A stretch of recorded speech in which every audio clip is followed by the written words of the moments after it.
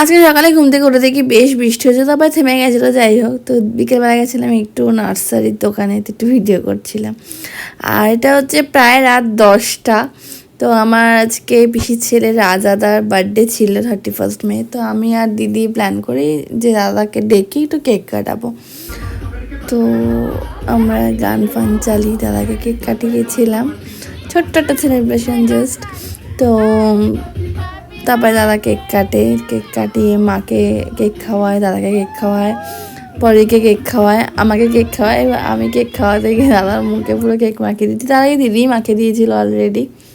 তো দাদা তো এখন পুরো ডায়েটে চলছে, জিম করে যেহেতু, এই জন্য অল্প একটু খেয়েছে। যাই হোক, তো তারপরে আমরা বেশ নাচানাচি করছিলাম, আর এদিকে আমি করছিলাম দিদির নেলস।